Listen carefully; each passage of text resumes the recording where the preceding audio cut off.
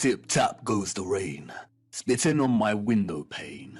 Drip, drip from the trees, sodden earthy and soggy leaves. Splosh, splash, puddle pools, jumping on their way to schools.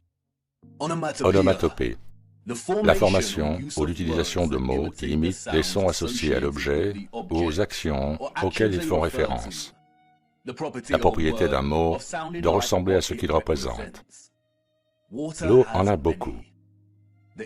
La relation d'interdépendance entre l'eau et le son est si fondamentale pour notre connexion et notre compréhension de l'eau. La pluie bat et tambourine, les vagues rugissent, le ruisseau murmure et chuchote, les flaques de boue coulent. Et cette relation est intrinsèquement liée au code linguistique même de notre langue. Nombreux sont ceux qui ont exploré le lien puissant entre le son et l'eau.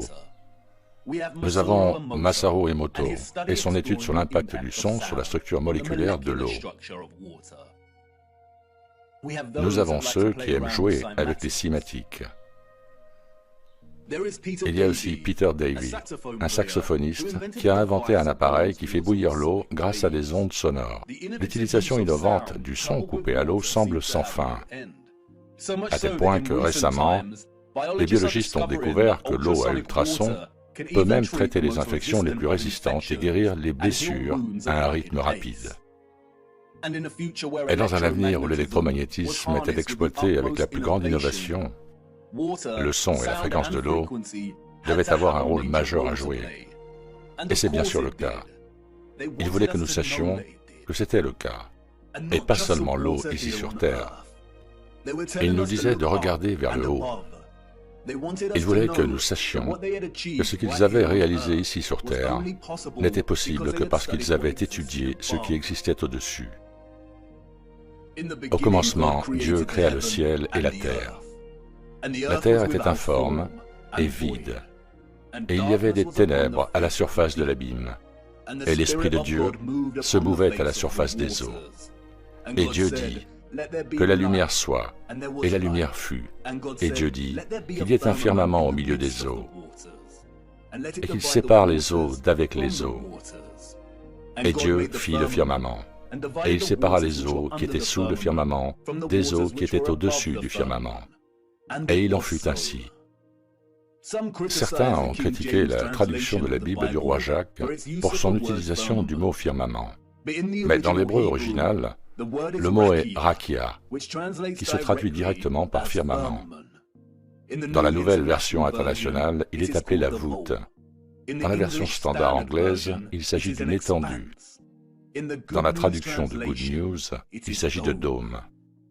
Ce qui est important, cependant, c'est que dans toutes les traductions et dans l'original hébreu, la notion de firmament ou de voûte séparant les eaux d'en haut des eaux d'en bas ne change pas et reste cohérente.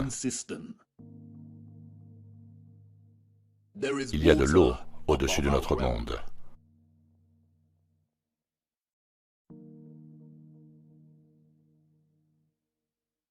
Le télescope est un instrument intéressant. C'est à la fois un appareil de découverte et une arme de tromperie. Il existe deux principaux types de télescopes, le réfracteur et le réflecteur. Un réfracteur utilise un objectif, généralement une lentille convexe, tandis qu'un réflecteur utilise un seul ou une combinaison de miroirs courbes pour réfléchir la lumière et former une image. De nombreux télescopes à réflexion utilisent soit un miroir concave, soit un miroir parabolique.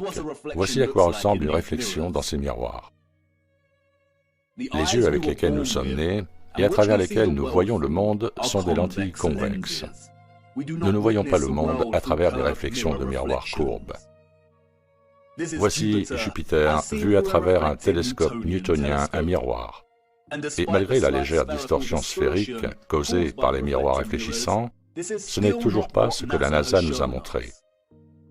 Votre esprit voit immédiatement une planète parce que vous avez été programmé depuis votre naissance pour associer une image comme celle-ci à la notion de planète, de la même manière que vous associez par défaut la Lune à une boule de roche.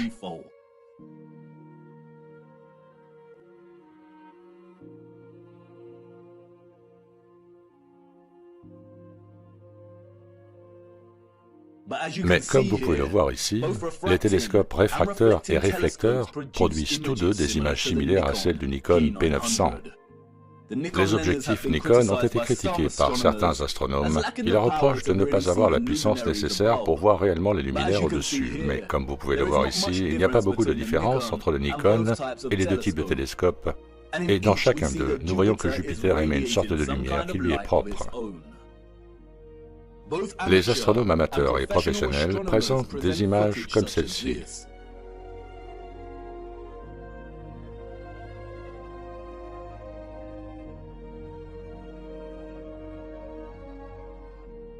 Mais regardez ce qui se passe ensuite.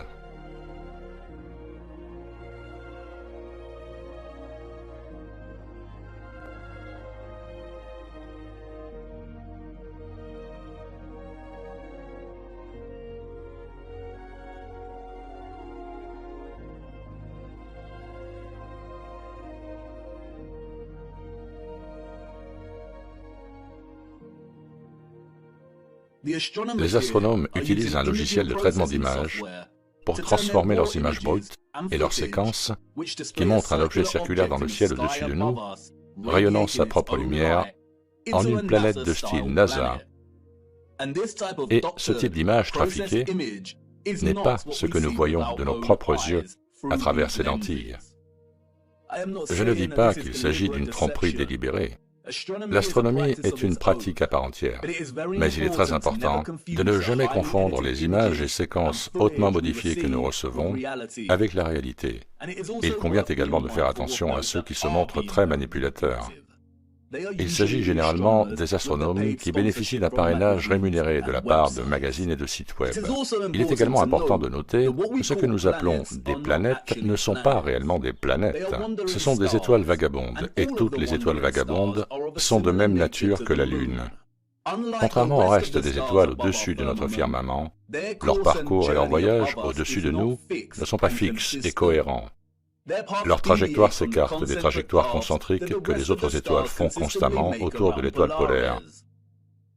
Et la raison en est qu'elles ne sont pas situées dans les eaux au-delà du firmament. Elles sont très différentes, et leur fonction est beaucoup plus occulte, et leur signification pour la vie ici sur Terre beaucoup plus importante que nous ne le réalisons. Nous reviendrons plus tard sur la véritable nature de ce que l'on appelle les planètes et la Lune. Revenons à l'eau. Arcturus est l'une des étoiles les plus brillantes du ciel. Voici l'impression artistique de l'étoile par le magazine Science. Et voici maintenant Arcturus vu à travers un télescope réfractaire. Il n'y a aucune ressemblance. Ce que nous voyons à travers les images de ce télescope est en fait similaire à ce que nous voyons lorsque vous zoomez sur les étoiles du ciel avec un puissant appareil photo Nikon. Beaucoup critiquent les télescopes réfracteurs parce qu'ils peuvent produire une aberration chromatique. L'aberration chromatique est une incapacité de l'objectif à focaliser toutes les couleurs sur le même point. Le résultat peut être une frange violette, et nous le voyons ici.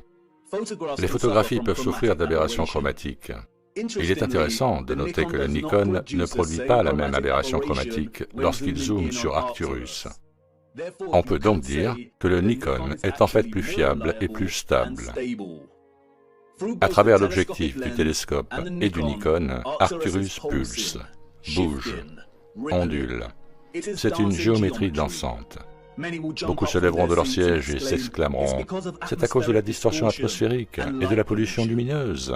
C'est parce qu'Arcturus est si loin. » Mais s'il s'agit d'une distorsion atmosphérique, pourquoi toutes les étoiles présentent-elles une géométrie et des motifs lumineux uniques ? Elles devraient toutes se déformer d'une manière cohérente et unifiée. Ce n'est pas une distorsion atmosphérique. Les étoiles sont des poches de sonoluminescence dans les eaux du dessus. Elles sont auto-illuminantes et rayonnent leur propre lumière et leur propre fréquence dans les eaux du dessus. Nos propres yeux à lentille convexe nous disent qu'il y a une sorte d'eau au-dessus. Nous la voyons dans les étoiles et lorsque les fusées touchent accidentellement le firmament. Et comme je l'ai déjà dit, ce n'est pas parce que les soi-disant planètes ou les étoiles vagabondent et la Lune semble sphérique qu'elles le sont. Elles ne sont pas synonymes des étoiles dans les eaux au-delà. Elles sont entièrement différentes. Nos prédécesseurs évolués voulaient que nous observions les étoiles. Ils voulaient que nous comprenions que les vibrations et les fréquences électromagnétiques produisent des poches de sonoluminescence dans les eaux du dessus. Ils nous le faisaient remarquer parce qu'ils voulaient que nous sachions que l'eau était la clé pour débloquer le véritable potentiel de l'énergie électromagnétique. Ils voulaient que nous sachions qu'une fois exploitée, l'énergie électromagnétique éthérée pouvait être fusionnée avec l'eau afin d'être stockée et distribuée, et qu'une fois produite, l'eau pouvait être manipulée, améliorée et élevée à un niveau de nouvelles possibilités grâce à l'utilisation des vibrations, des fréquences et du son lui-même. Leur civilisation dépendait de l'industrie, de ce que nous appellerons les eaux vivantes. Leur avancée technologique leur a permis de transformer la Terre entière en un réseau électrique. Mais ce réseau n'était possible que grâce à l'eau. La civilisation du futur était un monde d'eau électromagnétique. Les canaux ne sont pas un grand secret. On en trouve partout dans notre monde, aussi bien les grands que les petits. La plupart des grands canaux autour de notre Terre sont reliés à l'océan. L'eau salée est un excellent conducteur d'électricité. Le chlorure de sodium est ionisé. Nous avons le canal de Corinthe connecté à la mer Égée. Nous avons le canal de Panama qui relie les océans Atlantique et Pacifique.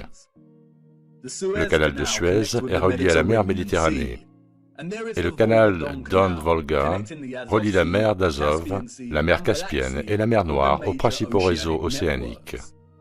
Tous les canaux construits avant les années 1920 n'ont pas été construits par nous ou par ceux qui figurent dans les livres d'histoire. Nous en avons hérité.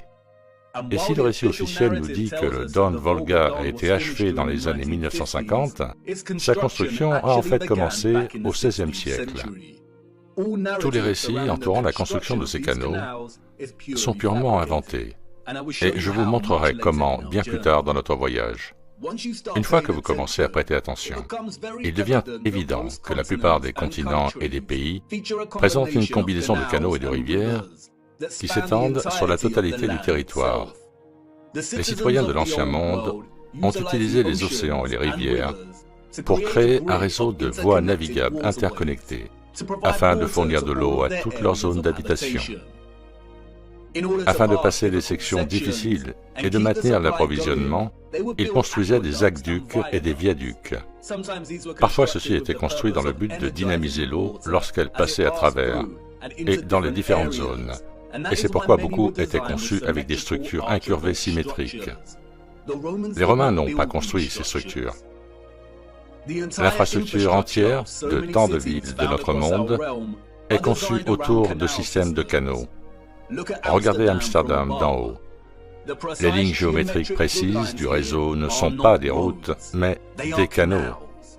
Et le seul but était de fournir de l'eau d'une zone à une autre. L'eau était stockée et manipulée à des fins diverses dans des réservoirs, des châteaux d'eau, des stations de pompage, des citernes et d'autres structures. L'eau servait également à assurer l'équilibre nécessaire. Un réseau complexe de production, de distribution et de consommation électromagnétique générait beaucoup de chaleur et de magnétisme. L'eau assurait non seulement l'équilibre du diamagnétisme, mais veillait également à ce que l'ensemble du réseau ne surchauffe pas. Lorsque l'on regarde tous les magnifiques générateurs et autres instruments de puissance de l'Ancien Monde, on trouve toujours de l'eau à proximité ou des restes de stockage d'eau. Parfois, celle-ci est principalement cachée sous terre. Beaucoup ne se rendent pas compte que de nombreux systèmes et réservoirs dits victoriens circulent très loin sous un grand nombre de nos villes. Et d'autres fois, il s'agit d'un élément caractéristique central de ces structures. Un exemple en est ce que les contrôleurs ont redésigné comme étant les douves des châteaux. Le réseau d'eau électromagnétique n'était pas seulement une version énergisée de ce que nous connaissons déjà dans nos villes et villages. C'était beaucoup, beaucoup, beaucoup plus. C'était bien plus magnifique, impressionnant et futuriste que ce que nous pouvions imaginer. Le réseau était relié à de plus grandes centrales électriques ou à ce que l'on appelle plus justement des stations étoiles. Parfois, il s'agissait de stations isolées et d'autres fois, elles comprenaient des villes entières. Nous allons devoir voler à une altitude plus élevée pour cela.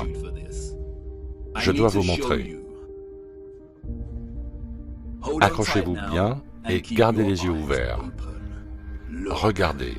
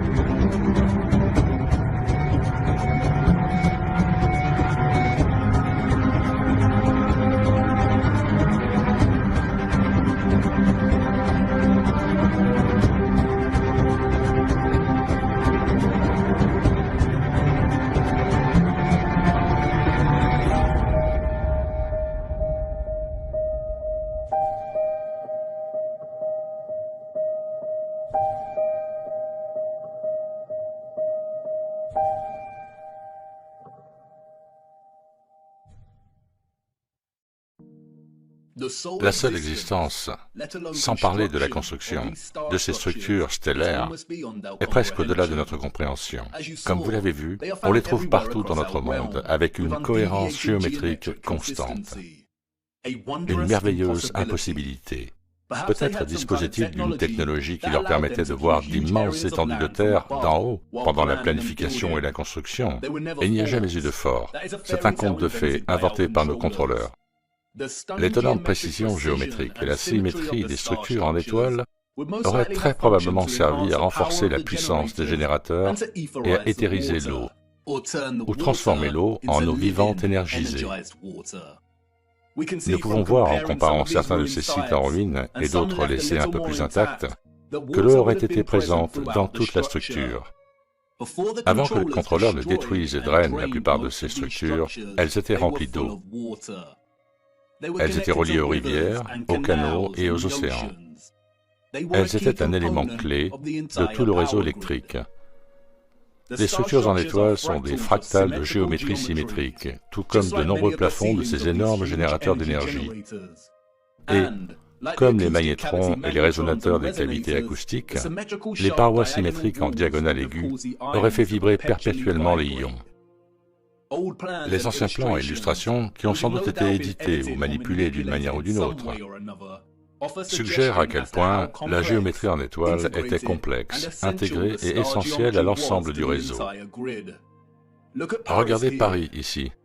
Ce n'est pas évident au premier coup d'œil, mais en regardant de plus près, on se rend compte que l'ensemble de Paris était lui-même une station ou une ville stellaire. Et comme pour tout ce qui était construit dans l'Ancien Monde, ces structures étaient à la fois fonctionnelles et une célébration de la source de leur innovation. Regardez de plus près la géométrie des étoiles ici. Pouvez-vous voir la ressemblance? Le flocon de neige. Vous vous souvenez de ce qui s'est passé lors de l'expérience de Masaru Emoto avec l'eau? Une vibration éthérée s'exprimant à travers la structure moléculaire de l'eau. Ceux de l'Ancien Monde avaient perfectionné cette science. Ils savaient que la clé pour libérer le potentiel de l'électromagnétisme était le son et l'eau. Imaginez ce qu'ils étaient capables de réaliser. Le son, les vibrations et les fréquences faisaient partie intégrante du succès de leur technologie, au même titre que l'eau. Les habitants de l'Ancien Monde ne cachaient pas leur adoration pour le son. Les traces de cet amour pour le son sont partout. Ces structures étaient littéralement des instruments d'énergie, ou, comme l'a si bien dit ailleurs le dénommé Goethe, la musique est une architecture liquide. L'architecture est une musique gelée. C'est pourquoi tant de générateurs, de condensateurs, de centrales électriques et d'intermédiaires présentent des trous, des frontons, des dentelures, des indentations et une ornementation complexe en 3D. Il s'agissait d'ouvertures structurelles permettant de manipuler les ondes sonores, les vibrations et l'acoustique, afin d'accorder l'énergie électromagnétique avec l'eau de diverses manières et d'obtenir différents résultats. Ils étaient similaires aux instruments aérophones, tels que la flûte, le pipeau, la flûte à bec, le basson et la trompette. L'Ancien Monde vénérait la géométrie de l'étoile, car c'est par l'étude des étoiles dans les eaux supérieures qu'ils ont appris le pouvoir de fusionner l'électromagnétisme, les vibrations et les fréquences avec l'eau elle-même. Tous ces éléments fonctionnent harmonieusement et de concert les uns avec les autres. Cette relation énergétique interconnectée et interdépendante est ce qui rend les étoiles et toute vie possible en premier lieu. Regardez d'un peu plus près la géométrie dansante des étoiles sonoluminescentes au-delà du firmament. Est-ce qu'elle vous rappelle quelque chose d'autre? C'est exact. Tous les magnétrons, de ce que nous appelons aujourd'hui des rosaces, ont été conçus pour refléter les motifs cymatiques des vibrations de l'éther dans l'eau elle-même. L'artiste Tanya Harris était sur la bonne voie en 2013, lorsqu'elle s'est attachée à étudier et à enregistrer la fréquence de résonance silencieuse des églises. En plaçant de l'eau à l'intérieur d'un haut-parleur, elle a pu découvrir la géométrie cachée de ces fréquences de résonance. Les résultats ont montré que même le silence, au sein de ces structures, produisait de puissants motifs cymatiques. Et là encore, voyez-vous la ressemblance? D'autres ont appliqué la même technique et étudié les motifs cymatiques affichés lorsque des cloches sonnaient dans les structures.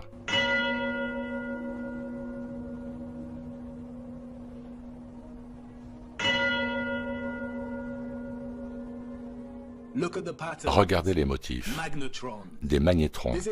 C'est pourquoi tant de magnifiques rosaces ressemblent tant à des motifs cymatiques. C'est pourquoi elles ressemblent aux pulsations pétrifiées d'une étoile. Les plafonds entiers de nombreuses cathédrales reflètent également cette géométrie cimatique sacrée.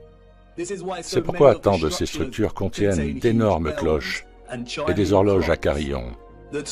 Les cloches émettent de puissantes vibrations et fréquences qui influent l'approvisionnement en eau de toute une région.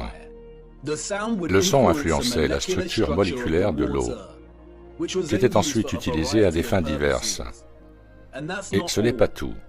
Beaucoup de ces structures abritaient également une autre merveille du monde, le roi du son, l'orgue. Vous êtes-vous déjà arrêté pour regarder certains des grands orgues? Ils n'ont pas été construits par des gens ordinaires au XIXe, XVIIIe, XVIIe et XVIe siècle. Comme les structures dans lesquelles ils se trouvent, ils sont une merveille d'élégance et de majesté. L'instrument sonore le plus puissant du monde. Les ondes sonores spécifiques de l'orgue, de basse et haute fréquence, auraient sans doute permis aux habitants de l'ancien monde de manipuler l'énergie éthérée comme ils l'entendaient.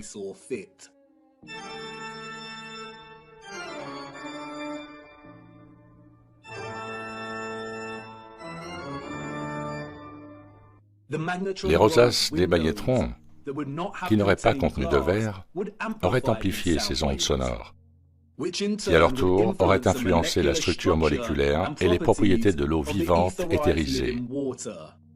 Les orgues auraient eu de multiples usages, fournissant peut-être à des villes entières des fréquences de résonance spécifiques pour la santé et la prospérité.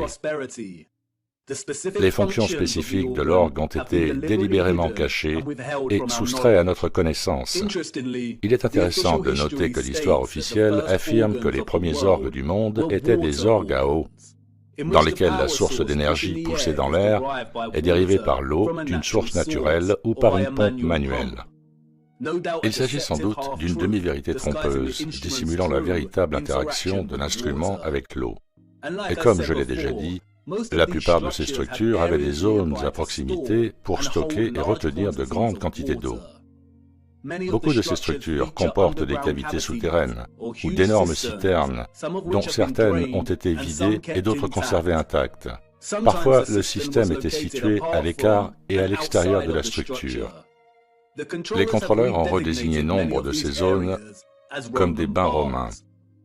C'est pourquoi l'abbaye de Bath, en Angleterre, est située juste à côté des thermes romains. L'eau était également stockée dans des condensateurs de centrales électriques en briques rouges ou des châteaux d'eau. Les sites rectangulaires ouverts, les réservoirs, les puits et les puits à degrés. C'est pourquoi les puits à degrés ont été construits avec des motifs géométriques précis. Là encore, les structures symétriques favorisent l'oscillation ou la vibration des ions. Elles maintiennent l'eau chargée électromagnétiquement et les aqueducs et viaducs auraient fonctionné de manière similaire.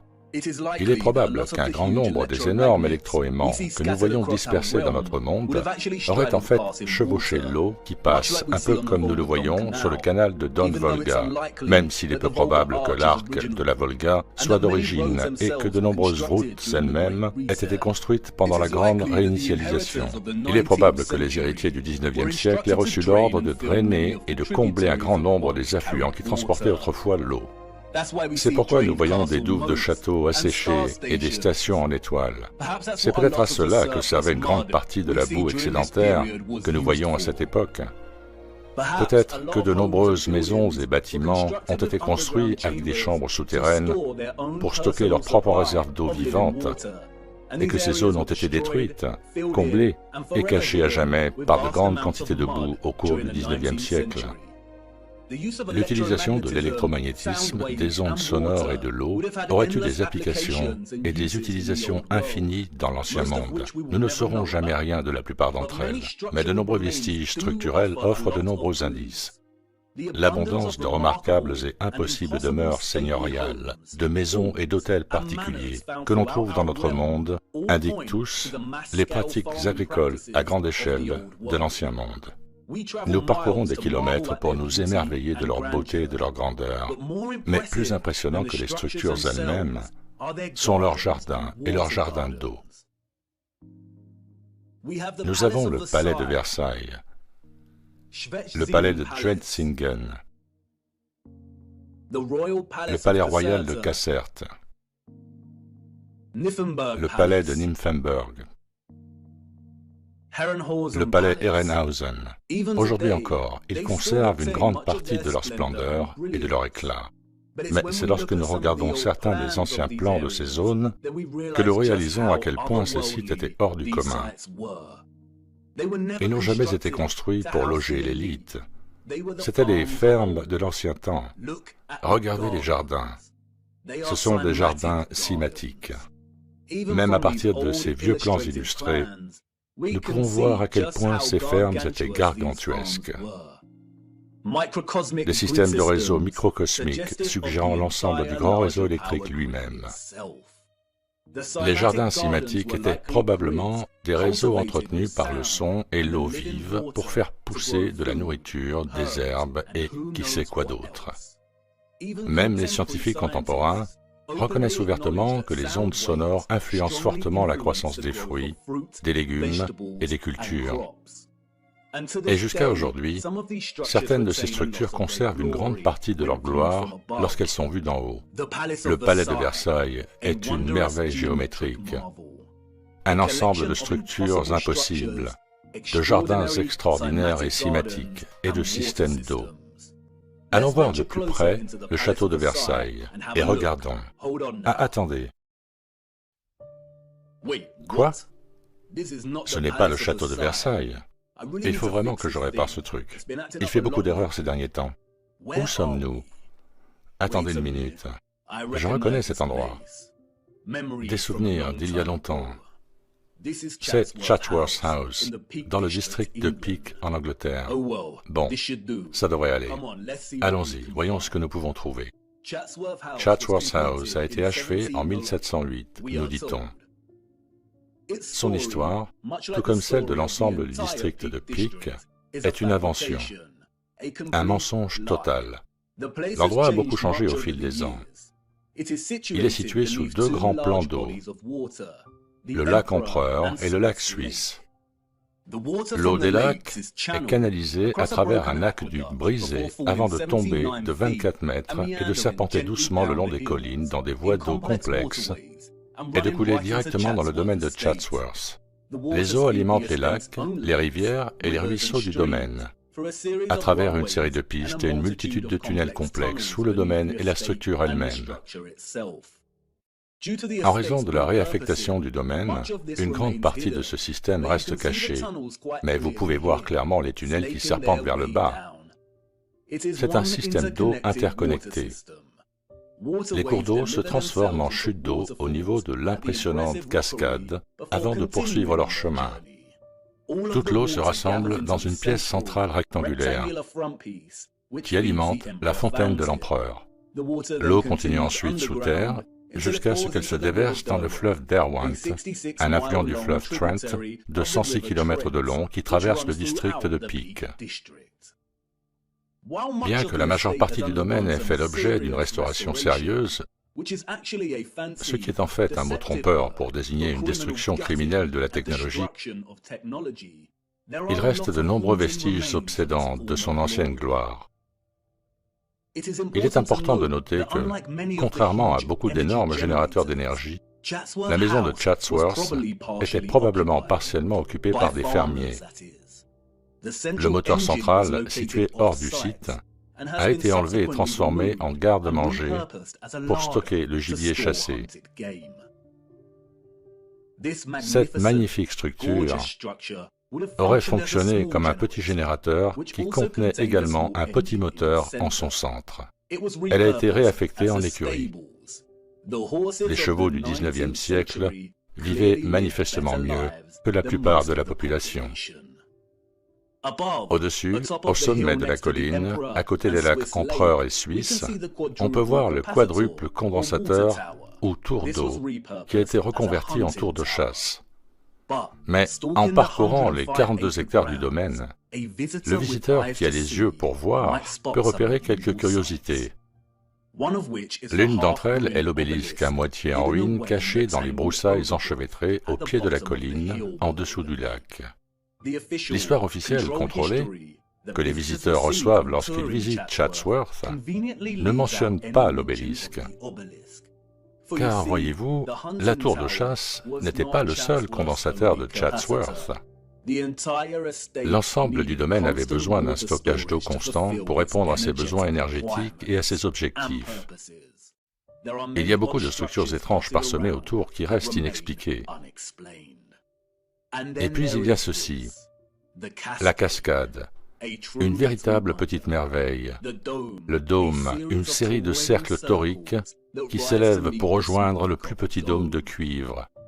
Ils font attention à ne pas vous imposer une histoire déformée, mais, comme toujours, ils ne peuvent s'empêcher de vous la raconter de manière détournée et contrôlée. Comme le dit le panneau, on peut faire couler l'eau par-dessus le toit et la faire sortir par 13 jets. Certains de ces jets ont la forme de dauphins et de poissons géants en pierre immaculée. Il y a même des jets cachés dans le sol, nous disent-ils. L'eau provient des lacs au-dessus et est utilisée 2 fois de plus dans son voyage pour rencontrer la rivière Derwent en contrebas, une fois dans la fontaine de la pelouse sud et une autre fois dans le jardin privé ouest. Mais regardez de plus près ce qu'ils reconnaissent. Chaque étape de la cascade est différente de celle du dessous et du dessus, pour varier le son de l'eau qui tombe. Cet édifice aurait été construit en 1703. Pourquoi un peuple du XVIIe siècle s'intéresserait-il à la variation du son de l'eau qui tombe? Comment pouvait-il avoir les connaissances et les compétences nécessaires pour manipuler le son de l'eau de cette façon? Et il y en a partout dans le domaine.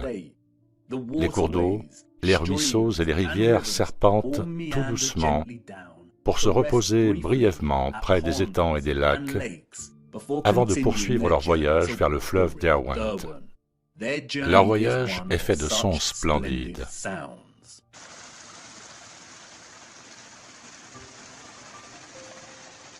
Lorsque vous commencerez à traverser les passages labyrinthiques de notre histoire corrompue, vous rencontrerez inévitablement les lithographies, les représentations, les gravures, les illustrations et les peintures. Comme il est facile de mentir lorsqu'il n'y a pas de preuves photographiques ou visuelles, mais seulement une interprétation artistique. Nous n'accepterions jamais les illustrations comme des sources d'informations fiables aujourd'hui.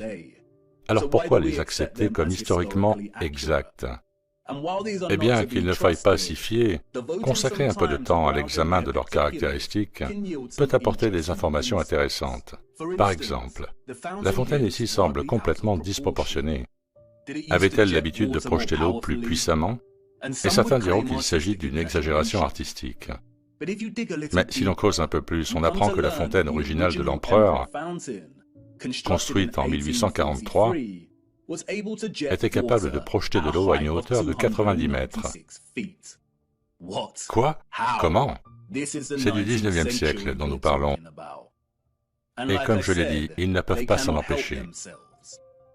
Même Wikipédia affirme que la puissance de l'eau de la fontaine a trouvé un usage pratique dans la production d'électricité de Chatsworth. C'est là, à peine caché à la vue de tous.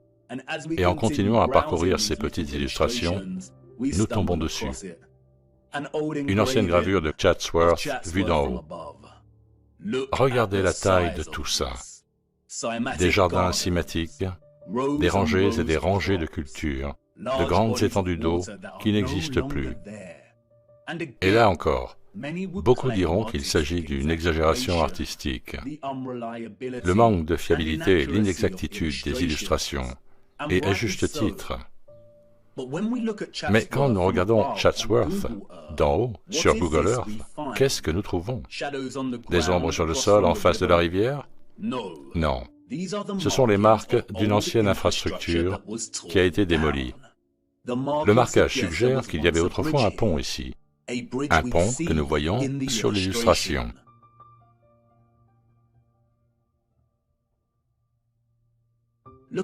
Regardez d'un peu plus près, un octogone avec le contour clair d'un vieux générateur. Donc oui, L'illustration est un mensonge. Le domaine était beaucoup plus grand que ce qui est représenté ici. En 2018, il y eut une vague de chaleur en Angleterre, et les anciennes marques de la gloire passée de Chatsworth ont commencé à apparaître dans les terrains eux-mêmes. Ils ont dû le reconnaître. Parfois, la boue et les mensonges ne suffisent pas à enterrer la vérité. Chatsworth était une immense ferme dans l'ancien monde. Comme je l'ai déjà dit, il ne faut pas se fier aux illustrations et aux peintures. Le plus souvent, elles sont utilisées comme des outils de tromperie contre nous. Mais comme vous le voyez ici, elles ont tendance à se retourner contre les contrôleurs.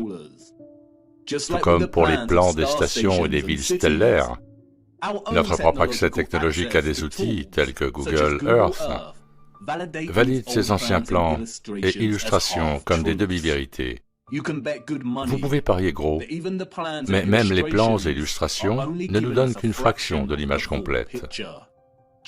Comme ici avec le plan de Chatsworth. Et c'est à Chatsworth que nous rencontrons le premier de nombreux actes de profanation barbare causés par les mains de l'ennemi. Le grand conservatoire de Chatsworth est resté immense jusqu'à sa destruction en 1920. Il mesurait 84 mètres de long et 20 mètres de haut, et avait été construit, dit-on, en 1840, avant la mise en place de la fabrication automatique du verre. D'énormes tunnels interconnectés et des conduites d'eau s'accumulaient sous le sol de la structure pour fournir du chauffage par chaudière et de l'eau chaude. Un exploit d'ingénierie aussi impossible que la construction de la structure elle-même. Elle a été conçue par le jardinier de Chatsworth, Joseph Paxton. Paxton est un fantôme qui hante les pages des livres d'histoire. L'histoire de Paxton est celle d'une heureuse circonstance, d'une innovation audacieuse et d'un succès.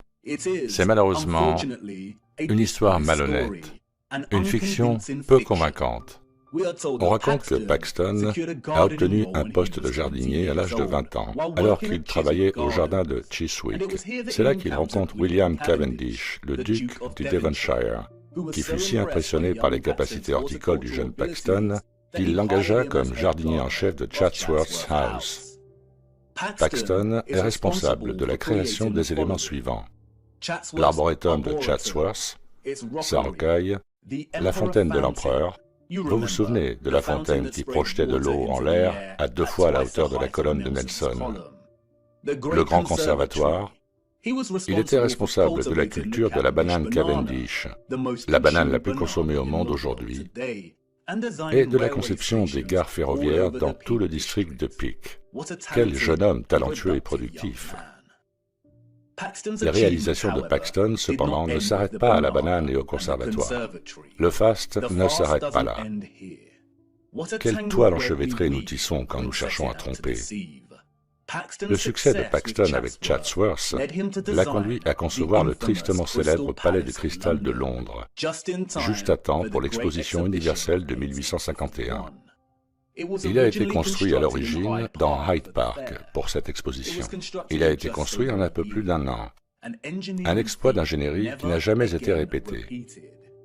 Il était constitué de plus de 1000 barres de fer et sa masse totale comprenait plus de 4000 tonnes de fer. L'entreprise Chance Brothers Glass Works de Smethwick a fourni les 300 000 feuilles de verre. N'oubliez pas que c'était avant la fabrication automatique du verre. C'est dans cette verrerie que le verre était produit. Une simple équation mathématique nous donne une moyenne de 822 panneaux de verre produits chaque jour, 7 jours par semaine, pendant 1 an, ici même, dans cette usine. C'était l'esquisse initiale de Paxton pour la structure. Il est passé de ça à ça en 1 an.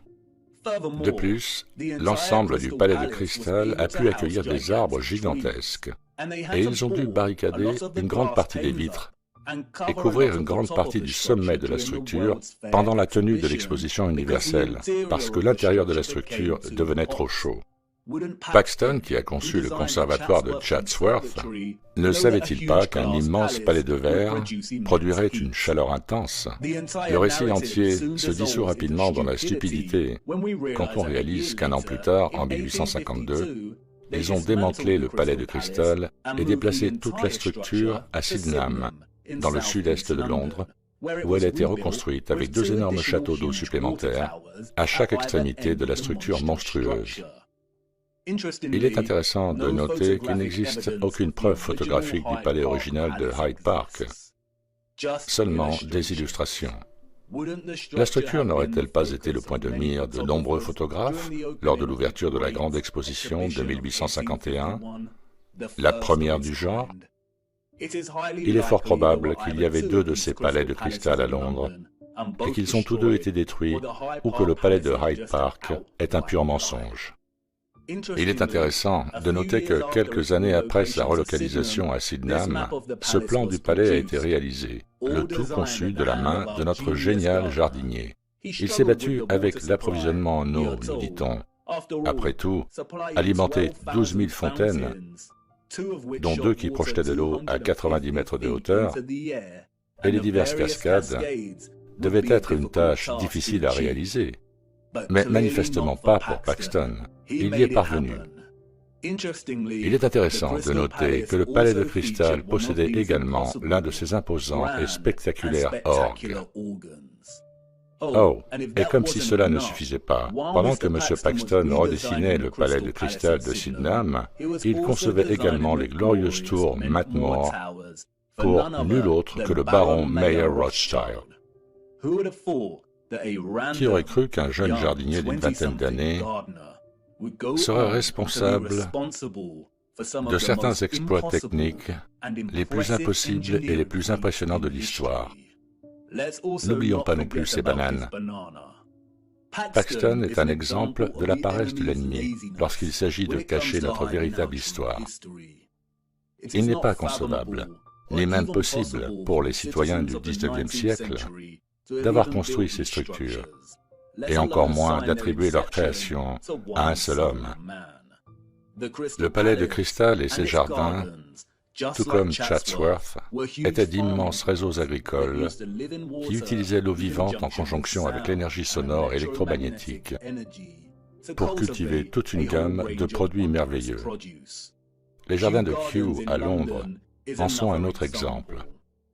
L'abondante énergie électromagnétique permettait de produire facilement des conditions de chaleur, et les fréquences vibratoires favorisaient la croissance. C'est peut-être pour cela que le palais de cristal abritait un grand orgue, utilisant des fréquences et des vibrations pour permettre la croissance des produits. Et c'est pourquoi les contrôleurs ont pu confier la culture de la banane, un fruit exotique, à un Anglais fabriqué de toutes pièces. La technologie déjà établie en Angleterre permettait de faire pousser beaucoup de choses avec facilité. Parmi les autres réalisations horticoles impressionnantes attribuées au génie de Paxton, citons des ananas magnifiques, un autre fruit tropical qu'il cultivait à Chatsworth. Il a fait pousser d'énormes nénuphars qui pouvaient supporter le poids d'un être humain. Il a fait pousser à Chatsworth de gigantesques séquoias qui ne se développent habituellement que dans des conditions humides. Il les a fait pousser avec facilité, et nombre de ces séquoias existent encore aujourd'hui, une vue spectaculaire à contempler. Il est probablement utile de noter que, parmi les nombreux autres talents de Paxton, Wikipédia nous apprend également qu'il est devenu assez habile pour déplacer des arbres gigantesques, ainsi que de gigantesques palais de cristal. Le plus grand de ces arbres pesait 7000 kg. Comment? Avec un cheval et une charrette? Pourquoi les humains sont si crédules? Ils ont détruit le magnifique et impossible conservatoire de Chatsworth en 1920. Comme le fils du duc l'a dit dans une lettre à son père, ils ont fait sauter plus de 200 livres d'explosifs pour le démolir. Il devait donc être bien construit. Les structures de l'Ancien Monde étaient construites pour durer pendant des siècles. C'est une véritable honte. Les mensonges entourant le district de Peak ne s'arrêtent pas à Paxton. Le parc national tout entier était un gigantesque système hydrique électromagnétique interconnecté de l'ancien monde. C'était très probablement l'un des principaux fournisseurs de denrées agricoles de la Grande-Bretagne. Le parc national possède l'une des plus grandes collections de demeures seigneuriales, de halls et de manoirs. Tous auraient fonctionné comme d'immenses fermes. C'est aussi une retraite régionale spécialisée dans la guérison. Oui, c'est exact, la guérison. Le district de Peak abrite deux grandes villes, Matlock et Buxton. Buxton est célèbre pour son eau en bouteille et Matlock est réputé pour ses bains historiques. Aujourd'hui encore, les deux villes possèdent une collection enviable de structures du vieux monde. Nous voyons une abondance d'anciens générateurs, de structures de pavillons en forme de dôme, de condensateurs, de colonnades, de colonnes, de kiosques à musique, de jardins et de systèmes d'eau. Le River Castle surplombe la ville de Matlock. Sa silhouette et ses tourelles se dressent majestueusement au loin. Il s'agit d'une structure abandonnée depuis plus d'un siècle. Le public curieux n'est pas autorisé à s'approcher de la structure. On nous dit qu'elle a été construite très rapidement par un certain M. John Smedley. Smedley était, nous dit-on, un industriel. Dans les années 1850, il était devenu la force motrice de l'industrie hydropathique de Matlock. L'hydropathie est la pratique de la guérison et du traitement des maladies par l'utilisation de l'eau. Le récit officiel indique que Smedley a construit l'hydrothérapie de Smedley, qui se trouve dans la rue Smedley à Matlock. C'est maintenant un bâtiment du Conseil du gouvernement. L'hydroélectricité de Smedley n'était qu'une des hydropathies de la région. À un moment donné, on nous dit qu'il y avait plus de 20 établissements hydropathiques dans la région. Il suffit de regarder ces structures. Smedley n'a pas construit l'hydro. Sa structure et son immense château d'eau échappent à ses capacités et à celles de tous les citoyens du XIXe siècle. Les citoyens du district de Peak du XIXe siècle ont hérité de toute cette infrastructure, et les contrôleurs de notre monde savaient qu'ils devaient écraser toute possibilité qu'elle soit utilisée aux fins prévues à l'origine, ou qu'un des héritiers découvre la vérité. C'était trop évident, et bientôt, quelqu'un dans la foule pourrait commencer à faire le rapprochement. Alors ils ont fait ce qu'ils font le mieux, et ont employé une marionnette. Mais contrairement à Paxton, qui a pu atteindre la gloire et la fortune en s'attribuant tout le mérite, Smedley avait un rôle différent à jouer, un rôle que de nombreuses marionnettes jouent encore aujourd'hui dans notre société. Sa mission était de contrôler soigneusement l'introduction de l'hydropathie pour qu'elle soit déclarée primitive ou frauduleuse, puis enterrée et éradiquée en tant que pratique sérieuse. Son histoire est très similaire à celle d'une autre marionnette ennemie qui a attiré beaucoup plus d'attention au fil des ans. Moi aussi, je suis tombé dans le piège du mensonge qui entoure l'histoire de cet homme. Les centres d'hydropathie pouvaient accueillir des centaines de patients. Ils avaient un énorme succès dans la guérison de toute une série de maladies et de problèmes, allant de l'inflammation et des attaques bilieuses à la paralysie, au rhumatoïsme et aux fièvres. Cela se faisait par le biais d'un éventail de techniques de bains différentes, l'application de draps imbibés comme bandage et la fusion de l'électricité, des ondes sonores et de l'eau. Il y avait, comme le rapporte un journal, des cloches électriques dans tous les bâtiments. Il ne fait aucun doute que le potentiel réel de l'hydropathie n'a jamais été pleinement exprimé dans la panoplie d'hydro de Smedley, mais ils ont néanmoins aidé les gens de manière considérable et ils ont connu un énorme succès, de sorte que les contrôleurs en ont temporairement profité financièrement. Les hydros guérissaient et amélioraient le bien-être des gens grâce à l'eau et à sa fusion avec le son, les vibrations, les fréquences et l'électricité. Regardez le menu des traitements électriques dans l'une des anciennes brochures. Options pour le réflecteur parabolique à haute puissance, l'ionisation électrique et le traitement à haute fréquence. Smedley a également démontré la capacité de l'eau éthérisée à chauffer des pièces entières de manière significative. La fernerie de l'hydro avait un système de chauffage à eau intégré dans ses murs et maintenait toujours une température constante de 65 degrés, même lorsque la pièce était remplie d'une foule d'environ 350 visiteurs. La température ne variait jamais. Comment se fait-il que ce type de technologie était disponible au XIXe siècle et qu'aujourd'hui, nous n'ayons pas accès à ce type de chauffage sophistiqué? Les historiens et les journalistes de l'époque ont délibérément sali Smedley, faisant de l'hydropathie une pseudoscience comparable à l'homéopathie. Smedley s'est opposé à maintes reprises à l'industrie médicale naissante et, après sa mort, les hydros ont été achetés et les modifications structurelles ont commencé. Comme Tesla, Smedley a joué son rôle et a réussi à introduire la science de l'Ancien Monde pour l'avoir démystifiée, ternie et mise à l'écart pour toujours. Aujourd'hui, l'hydropathie n'est considérée comme rien de plus qu'une entreprise de spa relaxante. Toutes ses applications originales de fréquence et d'électricité ont été éradiquées de la pratique. Le jeu de rôle de Smedley a permis aux contrôleurs de justifier l'ensemble du système de réseau d'eau du district de Peak, empêchant ainsi le XIXe siècle actuel et les générations suivantes de remettre en question sa présence. Les vestiges du réseau sont aujourd'hui si évidents. On peut s'asseoir et se détendre au son apaisant de l'eau tombant sur le réservoir royal de Derwent, qui relie toute la région par ses rivières et canaux ramifiés. On peut flâner en faisant du shopping à l'intérieur des anciennes centrales électriques et des anciennes stations de pompage. Et dans chaque zone de la région, des merveilles attendent d'être découvertes. On ne trouve pas seulement dans les grandes villes les vieilles fontaines qui fournissaient autrefois l'eau vive, mais aussi dans les villages reculés. Cachés, nous trouvons une vieille fontaine sèche. Regardez, le cadeau du Seigneur, une joie douce amère à contempler. Les citoyens de l'Ancien Monde ont découvert le pouvoir de l'eau électromagnétique en étudiant les étoiles du firmament.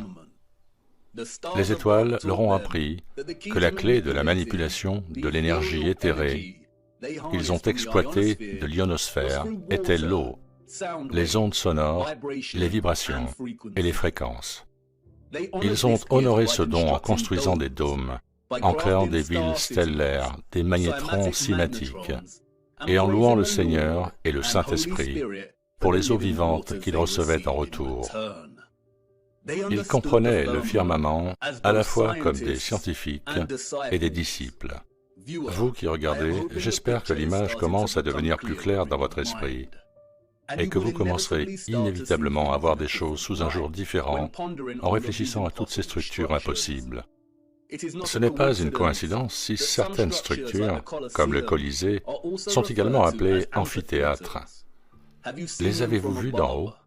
Ils ressemblent à des haut-parleurs. Amphithéâtre est un mot intéressant. Un ampère est une unité de courant électrique. Et un amplificateur est un dispositif qui augmente le signal, en particulier les micro-ondes et l'audio. Et vous commencerez sans doute à faire le rapprochement entre certaines des inventions avec lesquelles nous avons été autorisés à jouer avant qu'elles ne soient rejetées en raison de leur efficacité antique. Mais le temps est compté. Nous pourrions réfléchir pendant des heures à des exemples de systèmes de réseaux d'eau électromagnétique de l'Ancien Monde. Mais je vous encourage à sortir et à chasser ces structures vous-même et à les documenter à votre rythme. Nous devons aller de l'avant. On doit commencer. Attendez, quoi? Vous voulez savoir si ça vient de l'Ancien Monde? Oui, en effet, et elles sont extrêmement importantes, le tic-tac inévitable de l'horloge. Un instrument profondément déstabilisant mais inévitable. Je dois d'abord vous montrer une autre pièce manquante du puzzle électromagnétique, puis nous examinerons de plus près ces instruments de mesure du temps. Allez, on continue.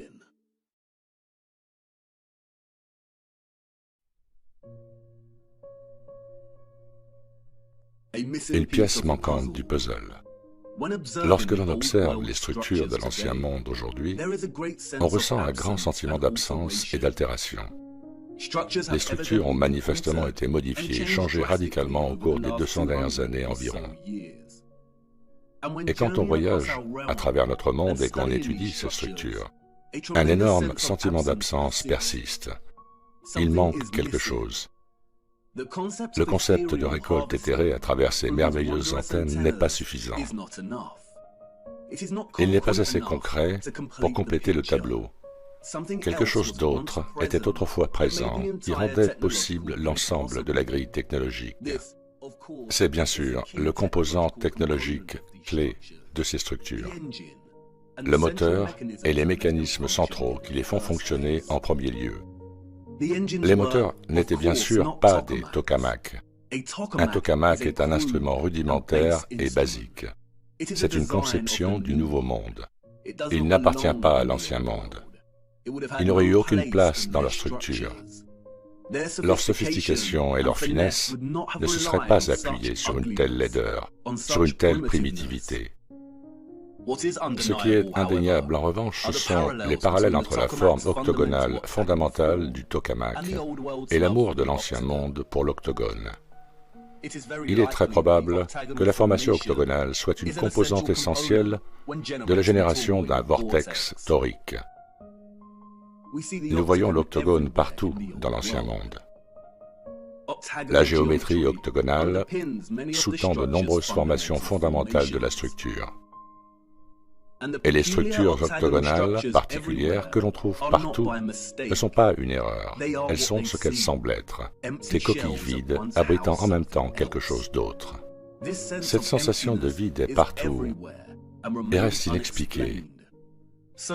Tant de tours et de dômes s'élèvent jusqu'à de plus petites coupoles creuses. Pourquoi sont-elles creuses?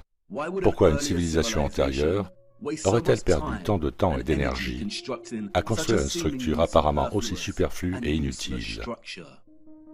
Mais elle ne l'a pas fait, n'est-ce pas? Un grand nombre de ces zones vides se trouvent toujours directement sous les antennes. Et bien que toutes ces structures vides, cruciales, ne soient pas des octogones, la plupart le sont, et elles sont toujours situées dans des zones clés, comme sous les antennes centrales, sous les résonateurs en forme de dôme, au centre de cours symétriques fermés ou détachés, et juste à l'extérieur des grands générateurs. Et quand on réfléchit à une géométrie si parfaitement travaillée, l'absence est tangible. Il y avait autrefois une sorte de cylindre ou d'appareil contenu dans cet espace.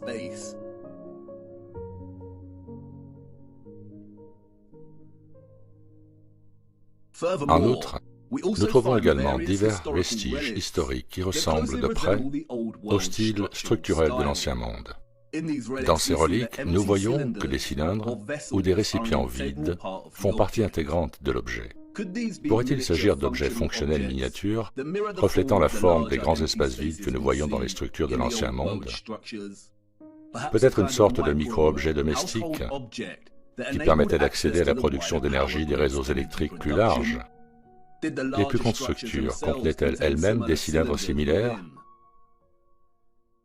Sur de nombreuses photographies anciennes, les coupoles et les espaces octogonaux sont déjà vides.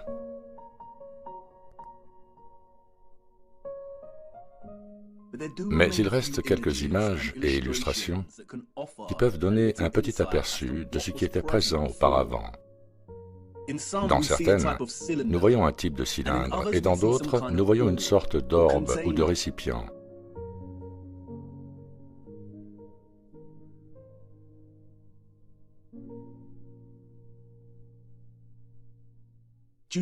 En raison du manque d'images, il est difficile de présenter une conclusion cohérente.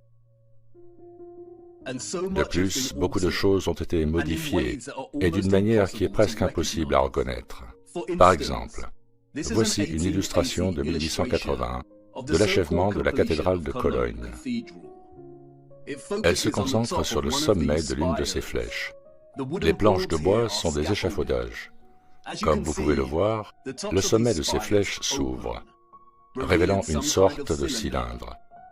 Il s'agit d'une maquette de la zone de la flèche que nous voyons sur l'illustration.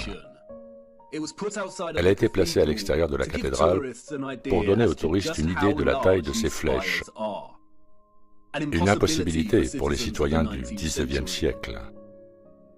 Les hommes de cette illustration ne sont pas en train de terminer la flèche finale de la cathédrale. Ils enlèvent ce qui existait dans le conteneur à son sommet. Et cela pose la question de savoir combien d'autres aspects et caractéristiques de ces structures s'ouvrent de manière similaire. Et pourquoi s'ouvrent-elles? Que contenaient-elles? Il est intéressant de noter que c'est l'ésotérisme et un culte qui fournissent quelques indices. L'alchimie était une philosophie naturelle, obscure, ou une tradition proto-scientifique. Son objectif principal était la chrysopée, ou la transmutation des métaux de base en métaux nobles. Depuis ses débuts dans les cultures de l'Égypte, de la Grèce, de l'Inde et du Moyen-Orient antique, le domaine de l'alchimie, nous dit-on, était obsédé par la transformation des métaux de base en or et par l'obsession maniaque de créer l'élixir de vie pour atteindre l'immortalité. Nous avons tous entendu parler du médiéval Nicolas Flamel et de la pierre philosophale. C'est un champ d'investigation imprégné d'un riche tissu d'occultisme, de mysticisme kabbalistique et de magie. Ce n'est qu'au milieu du XVIIIe siècle que l'alchimie a été séparée de son occultisme et transformée en chimie, un domaine en plein essor. Mais il y eut un petit renouveau occulte au cours du XIXe siècle qui s'est poursuivi au XXe siècle. En 1922, un texte mystérieux a été écrit par un personnage tout aussi mystérieux. Le mystère des cathédrales de Fulcanelli, un alchimiste français, nous dit-on. Aujourd'hui encore, l'identité de Fulcanelli fait débat. Personne ne sait qui il était vraiment. Et, comme beaucoup de personnages mystérieux dans le livre d'histoire, son nom semble être un jeu de mots anagrammatique. Fulcan est une référence à Vulcain, le dieu romain du feu, et Eli, une référence à El, le mot cananéen pour Dieu. Il s'agit manifestement de l'œuvre d'un ou plusieurs francs-maçons.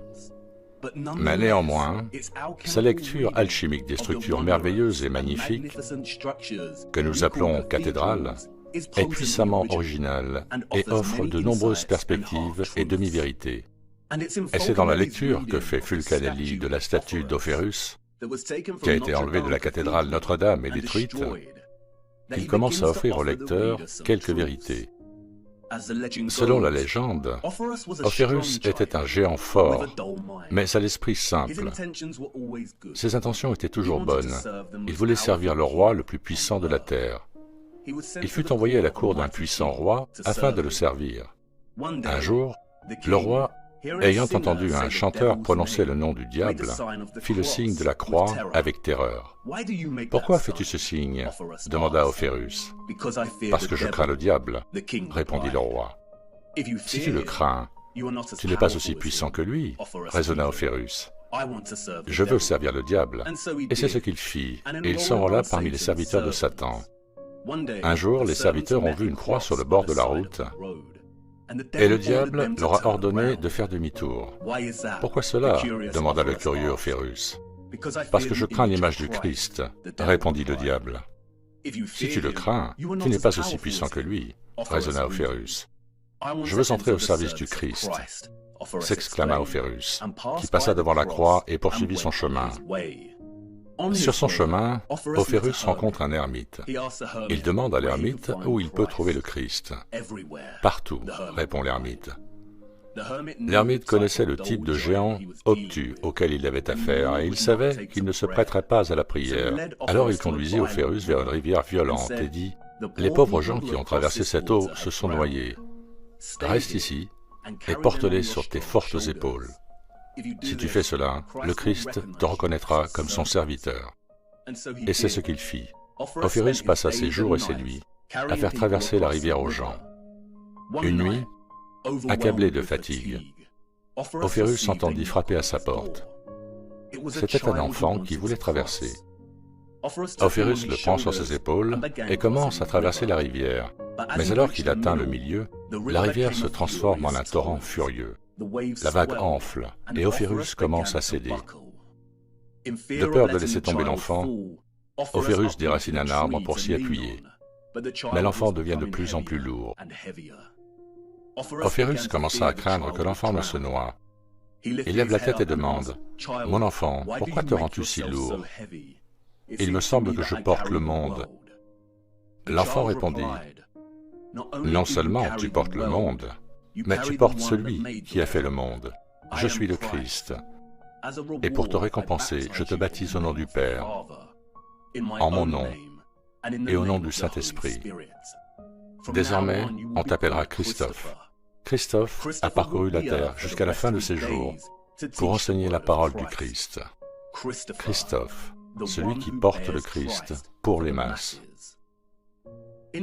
Cependant, en se concentrant sur Ophérus, Fulcanelli révèle une certaine clé permettant de déverrouiller une autre signification de l'expression symbolique de la légende.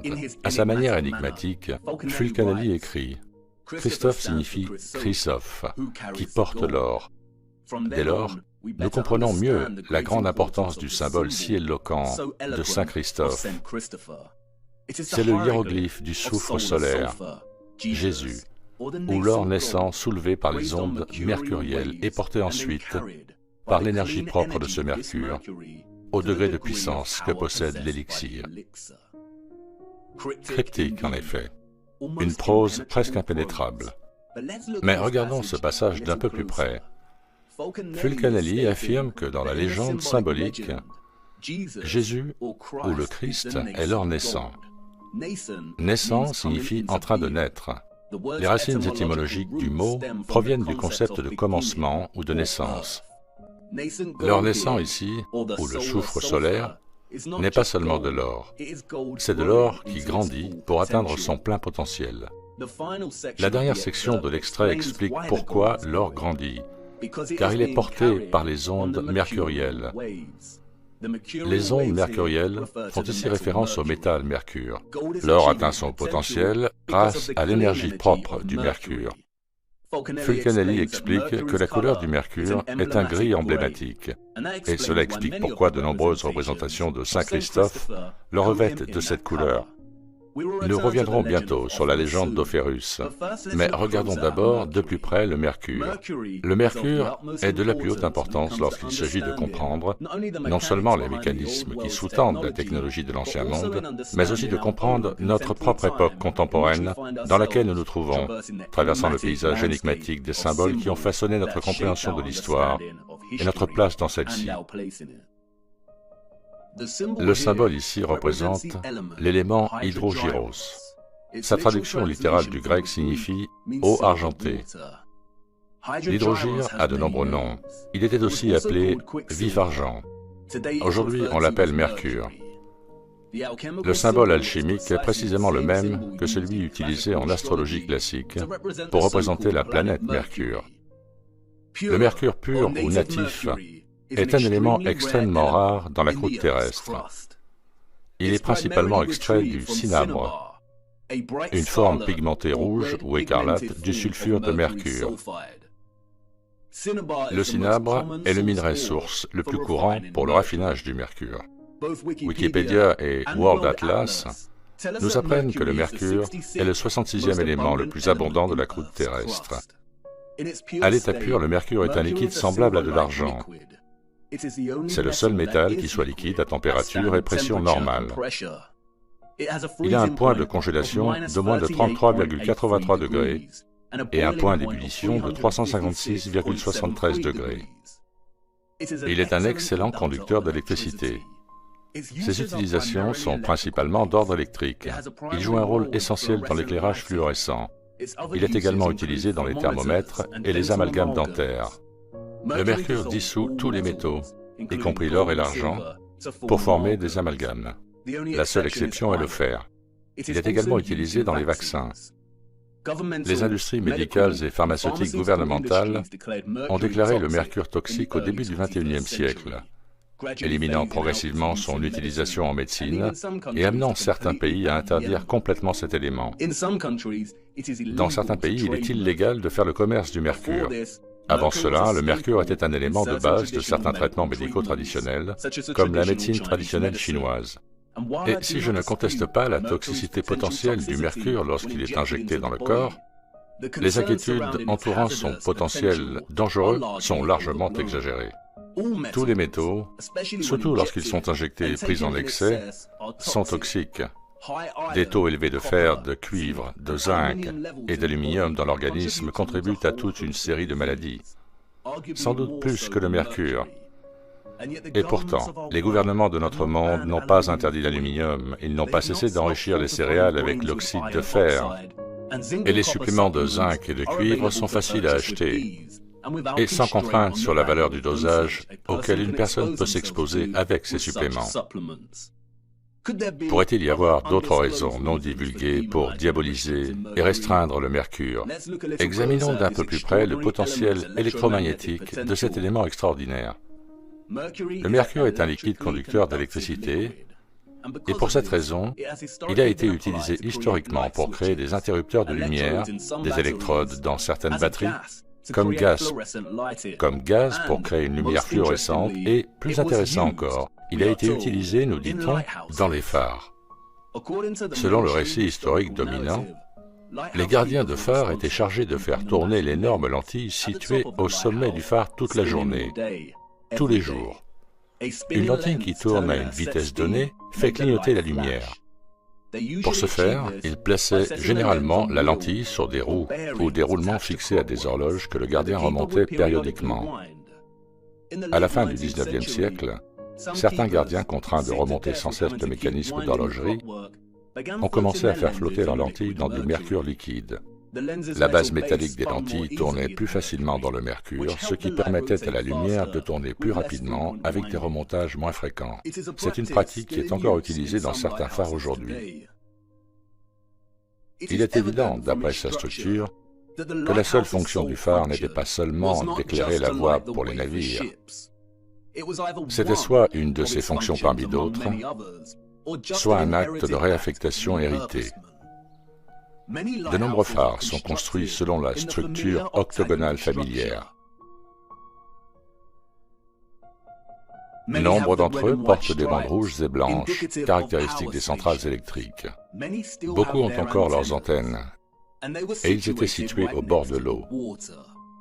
Il est évident qu'ils jouaient un rôle similaire à celui de nombreuses centrales électriques de l'Ancien Monde, que nous retrouvons réaménagées et rebaptisées dans tout notre monde. Le phare de Lindau, en Allemagne, est un exemple fascinant. Nous voyons toutes les dentures et les trous familiers qui suggèrent la manipulation des vibrations et des fréquences. Nous voyons la coupole octogonale. L'antenne d'origine a été remplacée par des objets du Nouveau Monde. Et, curieusement, la structure est dotée d'une horloge. Et bien que ceux de l'Ancien Monde aient fabriqué les horloges les plus avancées jamais vues, la présence d'un cadran d'horloge ici semble superflue. Peut-être que l'abondance de cadrans d'horloge que nous voyons sur tant de structures et de tours de l'Ancien Monde sont en fait des jauges à vapeur réutilisées qui étaient présentes pour mesurer la pression de l'eau énergétique. La conception complexe de ces phares devait être un exploit d'ingénierie pour ceux du XIXe siècle et leurs prédécesseurs, à moins que ceux qui ont précédé le XIXe siècle n'aient été technologiquement avancés, ce qui était bien sûr le cas. Le rôle du mercure dans la rotation des lentilles est un exemple subtil de réaffectation. Il est très probable que les appareils complexes au sommet de ces phares ont été modifiés en lentilles lumineuses pendant la grande réinitialisation et que ce qui existait avant fonctionnait pour extraire l'énergie éthérée. Pendant la majeure partie du XIXe siècle, des brûleurs à gaz et à pétrole ont été utilisés comme source de lumière dans ces structures. Et pourtant, regardez la taille de certaines de ces lentilles. Regardez la complexité des conceptions. Un éclairage de maison modifié fonctionnant au gaz et au pétrole? Je ne le pense pas. L'histoire du phare est de la plus haute importance, car, 1. Elle fournit la preuve de la présence du mercure dans une sorte d'appareil situé directement dans une cupule, l'endroit même que nous voyons vide sur tant de structures aujourd'hui, et 2. parce que la présence du mercure ici devait permettre aux lentilles de tourner et de pivoter plus facilement. Et c'est très intéressant, car regardez ce qui se passe lorsque vous appliquez le magnétisme et l'électricité au mercure.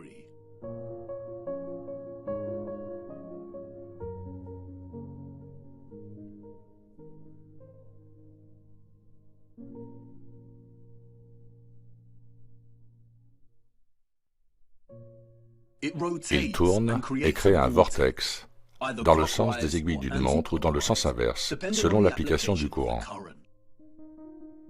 Comme vous le savez, un vortex est l'expression intégrale d'un champ torique. Il existe trois principaux types de vortex: électrique, magnétique et électromagnétique. En plus du potentiel électromagnétique du mercure et de sa susceptibilité à former un vortex lorsqu'il est sous l'influence du courant, l'eau argentée a également une autre application méconnue. Regardez.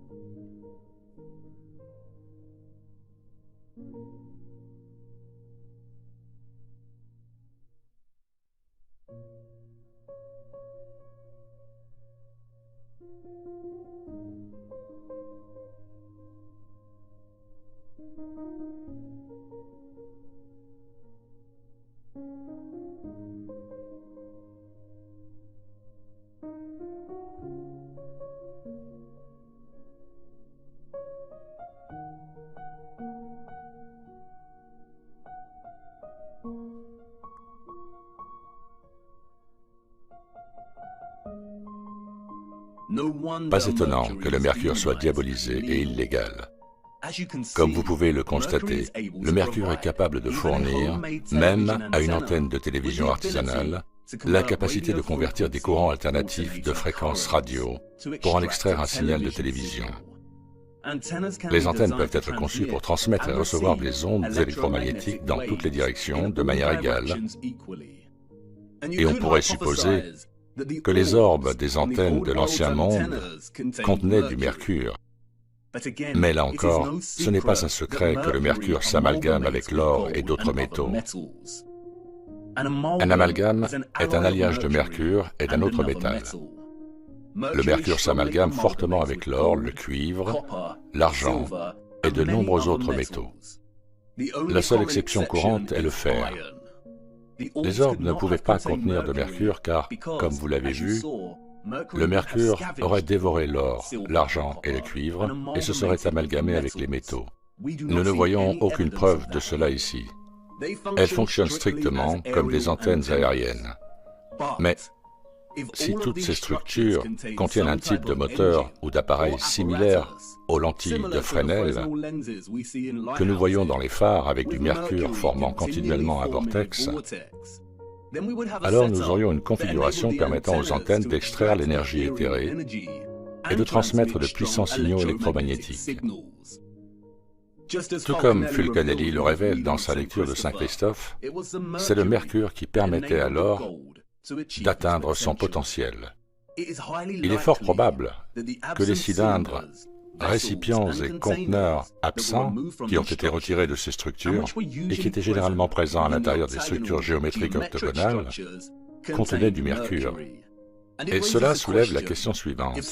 Si certains phares font encore fonctionner leurs lentilles au mercure aujourd'hui, n'extrairaient-ils pas encore l'énergie éthérée?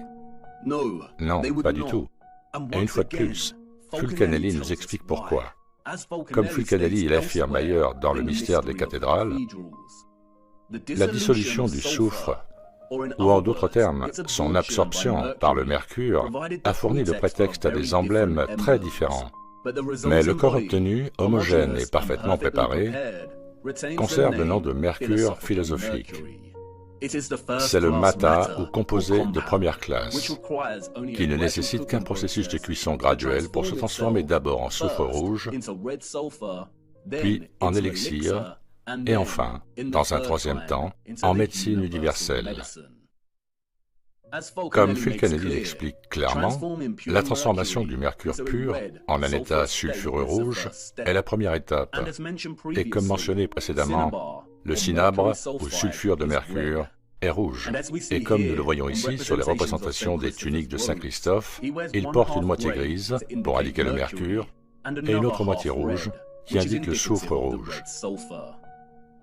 C'est un état de mercure transformé qui permet alors, ici représenté comme le Christ, de réaliser son plein potentiel ou de rester conforme à la légende afin d'atteindre les masses. Ce que Fulcanelli nous dit en fait, c'est qu'afin de pouvoir distribuer cette énergie électromagnétique propre par le biais d'antennes ou d'orbes en or, un type spécial de mercure devait être présent. C'est ce qui était contenu dans les vaisseaux et les moteurs. Et il est probable que c'est ce mercure unique qui a permis l'extraction de l'énergie éthérée d'en haut, en premier lieu. Peut-être n'est-ce qu'une coïncidence, si vous croyez en une telle chose, mais il est intéressant de voir que beaucoup de petites reliques, ressemblant à des vaisseaux, ont des traces rouges à l'intérieur des conteneurs. Peut-être un hommage à la substance qu'ils contenaient autrefois. Bon, je sais ce que vous voulez dire. Allons, vous vous noyez dans un verre d'eau. Vous vous basez sur quelques passages des divagations d'un trompeur maçonnique. Comment pouvons-nous vraiment savoir que les alchimistes de l'Ancien Monde étaient des alchimistes de l'Ancien Temps et que le mercure était au centre de leur technologie avancée? Soyez indulgents avec moi, j'exposerai ce Fulcanelli pour le trompeur maçonnique qu'il est un peu plus loin. Mais, comme je l'ai dit auparavant, il y a beaucoup de demi-vérités que nous pouvons extraire. Et vous devez vous demander pourquoi ce texte cryptique sur le mystère des cathédrales se concentre principalement sur l'explication des structures et de leur symbolisme en termes alchimiques. Car voyez-vous, Saint Christophe n'est pas la seule expression symbolique de la relation entre le mercure et l'or. Comme pour l'adoration du son et de l'eau, l'Ancien Monde exprimait cette relation alchimique par de nombreux symboles. En fait, les symboles étaient si répandus que l'ennemi a dû se les approprier et les utiliser comme arme de contrôle et de tromperie. Sinon, la grande remise à zéro du XIXe siècle aurait échoué. Le génie de l'ennemi réside dans son appropriation, sa redésignation et son obscurcissement délibéré des symboles, au point que retracer l'histoire et la véritable signification d'un symbole en particulier devient un exploit monumental. L'abondance de lions et d'aigles que nous voyons dans l'Ancien Monde, principalement sous forme de statues, est liée aux éléments de l'or et du mercure. Comme le dit Fulcanelli, le lion est le signe de l'or. Il représente une force terrestre et fixe, tandis que l'aigle représente la force aérienne et volatile, ou le mercure. Lorsque les deux champions se rencontrent, ils s'attaquent, se repoussent et se déchirent avec énergie, jusqu'à ce que les antagonistes ne forment plus qu'un seul corps, le mercure animé. La fusion de l'or fixe et du mercure volatile crée le griffon, dans lequel le lion ou l'or représentait la partie basique fixe du composé, qui au contact de la volatilité adverse, perd la meilleure partie de lui-même, celle qui caractérise sa forme, qui est en langage hiéroglyphe, la tête. Et comme le lion et l'aigle, nous voyons le griffon partout dans l'Ancien Monde.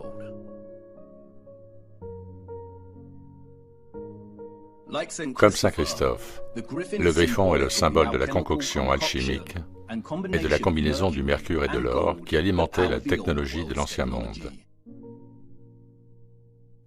L'association symbolique des animaux et des bêtes avec l'alchimie a été éradiquée de l'histoire, principalement en raison de l'appropriation de ces animaux comme symboles héraldiques de la royauté et de la noblesse.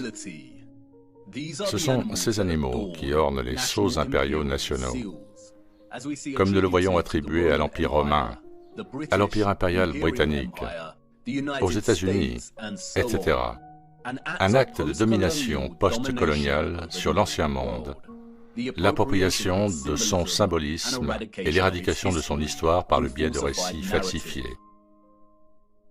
En outre, le symbole chimique, alchimique et cosmologique utilisé pour représenter le mercure est immédiatement reconnaissable pour son amalgame de deux des symboles les plus utilisés à travers l'histoire et la culture.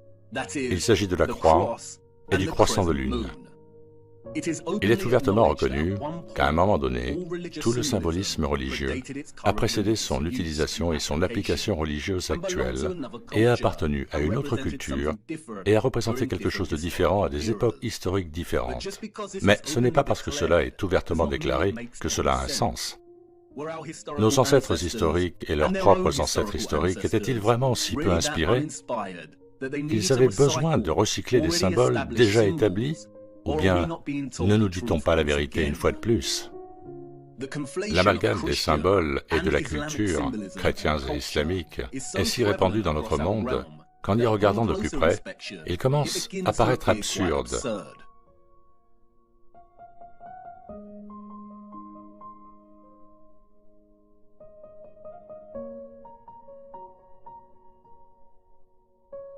Si l'on en croit le récit historique officiel, si nous croyons au récit des croisades et des guerres entre Ottomans et Habsbourg, à la guerre continuelle entre l'Ouest et l'Est, alors la présence du symbole du croissant sur de nombreux blasons et écussons européens, dits médiévaux, n'a aucun sens. Et il ne s'agit peut-être que d'une appropriation culturelle supplémentaire. Mais le récit devient très peu convaincant lorsque l'on s'intéresse aux structures elles-mêmes. Pourquoi la grande mosquée de Sainte-Sophie a-t-elle été construite à l'origine comme l'église de Sainte-Sophie par l'Empire romain? Elle est restée une église, nous dit-on, pendant près de 1000 ans. Ces 4 minarets ont été construits après la prise de la région par l'Empire ottoman. Mais regardez sa conception originale, elle ne ressemble en rien à une cathédrale traditionnelle. Et nous voyons cela encore et encore. La cathédrale de Cordoue, en Espagne, a été érigée à l'origine comme une mosquée au 8e siècle, puis convertie en cathédrale au 13e siècle. Nous voyons ici même la fusion des deux styles de l'Est et de l'Ouest. Il est intéressant de noter que la structure comporte également les arcs rayés rouges et blancs qui indiquent les centrales d'énergie et que l'on retrouve dans tant de structures impossibles. Et même sans le récit peu convaincant de structures passant d'une culture à l'autre, nous constatons la présence des deux styles dans de nombreuses structures qui ne sont pas liées à ce récit. La basilique Saint-Marc et le palais des Doges à Venise ont un aspect extrêmement oriental, tout comme le pavillon de Brighton en Angleterre. Ces structures étaient impossibles à réaliser pour tous ceux qui se trouvaient à l'est et à l'ouest dans le récit officiel, à moins qu'ils ne disposent d'une technologie avancée, ce qui, selon le récit, n'était pas le cas. Le récit officiel nous raconte des histoires d'architectes inspirés et influencés par les structures de l'est et de l'ouest. Mais rappelez-vous qu'à l'époque où ces structures ont été construites, les gens n'avaient pas de moyens de transport accessibles. Les voyages entre les continents et les pays prenaient des semaines. Et il n'y avait pas non plus d'appareils photo pour documenter les structures afin de pouvoir les reproduire avec une telle précision. Pourquoi les synagogues n'ont-elles pas leur propre style particulier, comme les mosquées et les cathédrales? Nous voyons cette fusion de styles architecturaux partout. Nous voyons des stations de pompage d'eau qui ressemblent à des cathédrales. Nous voyons des châteaux d'eau qui ressemblent à des tourelles de châteaux. Nous voyons des cathédrales qui ressemblent également à des bâtiments gouvernementaux officiels. Toutes ces structures appartiennent à une seule et même civilisation unifiée. C'est pourquoi nous trouvons tant de cathédrales en ruine au Moyen-Orient. Elles ont été détruites et ravagées pendant et après la grande réinitialisation pour consolider le récit falsifié. C'est pourquoi nous voyons le croissant de lune sur de vieilles photographies du XIXe siècle, dans des zones où il ne devrait pas être. Voici le Brésil. Regardez de plus près. Même aujourd'hui, la population musulmane du Brésil ne représente que 1% du pays. Alors pourquoi ce croissant est-il présent au sommet de l'une de ses antennes au XIXe siècle? Pourquoi est-il présent à San Francisco en 1905? Pourquoi voyons-nous de nombreuses antennes structurelles composées à la fois de la croix et du croissant de lune? Sur de nombreuses photographies anciennes, nous voyons de nombreuses structures sans aucun symbolisme religieux. Il ne s'agit que d'antennes standards. Et que dire de toutes les antennes inhabituelles que nous voyons? De nombreuses antennes fonctionnaient comme des instruments symétriques pour améliorer l'extraction de l'éther et transmettre de l'énergie à d'autres antennes. Elles n'ont jamais été des signes de différentes factions religieuses dans l'ancien monde. Ces significations leur ont très probablement été attribuées ultérieurement pour fracturer l'unification de l'ancien monde et sa conception de Dieu. Même le récit dominant admet que ce n'est qu'au XIXe siècle que le croissant de lune a été associé à l'Empire ottoman. Et ce n'est qu'en 1950 que le symbole est devenu l'emblème de l'islam. Les symboles du croissant et de la croix sont beaucoup plus complexes que la plupart des gens ne le pensent. Dans le contexte des antennes, il s'agit probablement d'un hommage symbolique au mercure alchimique qui leur a permis de fonctionner. Mais le croissant et la croix ont également des implications plus larges, liées au fonctionnement énergétique et éthéré de notre monde. Nous reviendrons plus tard sur ces symboles. Il ne s'agit pas de discréditer la signification de ces symboles aujourd'hui. Les symboles évoluent avec le temps, mais cette évolution a été soigneusement orchestrée par nos contrôleurs. Il ne s'agit pas non plus de discréditer Dieu. Et ce point est crucial. Je comprends qu'une grande partie de ceci puisse choquer certaines personnes, mais il est impératif de comprendre que la religion, au sens institutionnel, a été créée par nos contrôleurs comme un moyen de contrôle. De nombreuses organisations religieuses d'aujourd'hui sont corrompues et utilisent la religion comme une façade, alors que leur véritable allégeance est celle des contrôleurs psychopathes de notre monde. La religion était un outil essentiel de tromperie pour justifier l'infrastructure de l'ancien monde. La religion n'est pas synonyme de compréhension de Dieu, de foi et de prière, et elle n'est pas non plus destinée à discréditer la vie du Fils de Dieu. Non, et ceci est crucial, et vous verrez pourquoi plus tard dans notre voyage. Et dans un sens, c'est ce que le Christ a essayé d'enseigner aux gens pour qu'ils voient à travers la tromperie et la manipulation. Lorsque tu pries, ne sois pas comme les hypocrites, qui aiment à prier debout dans les synagogues et au coin des rues pour être vus des hommes. Mais quand tu pries, entre dans ta chambre, ferme ta porte et prie ton Père qui est là, dans le lieu secret. Vous voyez, les Écritures sont plus précises que la plupart des gens ne le comprennent. Elles sont à la fois des récits historiques, des manuels d'instruction pour la vie et des textes sacrés de prophétie. Il y a une multitude de textes qui sont si importants que l'ennemi a désespérément essayé d'en détourner les gens ces derniers temps. Et vous verrez pourquoi cela est de la plus haute importance plus tard dans notre voyage. Restez avec moi, le meilleur reste à venir, et ça ne s'arrête pas là. La base du symbole alchimique du mercure était, nous dit-on, un caducée. Et nous voyons le caducée partout dans les vestiges de l'ancien monde.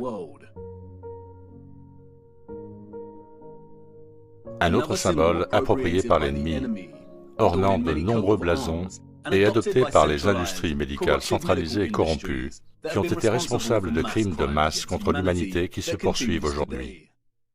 Ce n'est pas une coïncidence si le même mercure que le symbole représentait est injecté aux humains via les vaccins pour perturber l'ensemble de leur cycle de méthylation, ce qui entraîne un autisme généralisé et toute une série de troubles neurologiques et métaboliques. Le caducée illustre clairement la façon dont la mythologie romaine et la mythologie grecque ancienne servent l'ennemi comme outil de tromperie. Dans la mythologie romaine, le bâton du caducée était porté dans la main gauche du dieu Mercure. Le Mercure romain était un dieu du gain financier, du commerce, de la communication et des messages. Dans la mythologie grecque, le bâton est porté par Hermès. Hermès était le dieu des voyageurs, des marchands et du commerce. Les mythologies fabriquées ont permis à l'ennemi d'occulter la véritable association du caducée avec le mercure élémentaire, tout en lui permettant de se moquer du rituel habituel, en associant ses industries médicales aux dieux du gain financier et du commerce. Comme l'a écrit Fulcanelli, le serpent indique la nature incisive et dissolvante du mercure. Ce reptile est l'aspect du mercure dans son premier état, et la baguette d'or est un soufre corporel qui lui est ajouté. C'est le mercure philosophique et le caducée qui en est le symbole. Non seulement le caducée représente l'élixir du mercure indispensable à la transmission de l'énergie électromagnétique, mais les serpents juliens forment un enroulement en spirale représentatif de la voie énergétique et du vortex. La tige représente l'or et le soufre, mais elle rappelle aussi les antennes elles-mêmes. Et tout comme les mythologies se cachent à la vue de tous, les ailes représentent ici la connexion, la communication, les messages, les signaux entre les antennes dans le réseau électromagnétique, et aussi la connexion entre les antennes et l'éther lui-même. Après tout, le dieu romain Mercure était connu comme le messager des dieux. Et il se cache à la vue de tous dans l'art et les illustrations alchimiques. Nous voyons l'aigle et le lion. Nous voyons le caducée et nous voyons des géométries et des objets similaires qui ornent le sommet des structures de l'Ancien Monde. Et pourtant, il est encore difficile d'imaginer le réseau énergétique et encore plus difficile d'imaginer le niveau de travail requis pour enlever tous les moteurs et les vaisseaux, pour détruire et cacher suffisamment de l'Ancien Monde et commencer à réécrire l'histoire afin que la grande réinitialisation ait été un succès. Ce que nous voyons au XIXe et au début du XXe siècle est la phase finale de la réinitialisation. Il y a eu une période transitoire et, comme toute phase de transition, la période utilisait encore certaines des technologies de l'Ancien Monde qu'ils essayaient d'éliminer progressivement. Et comme je l'ai dit, l'ennemi est paresseux. Ils auraient vraiment dû se débarrasser de ces photographies et de ces images. Regardez.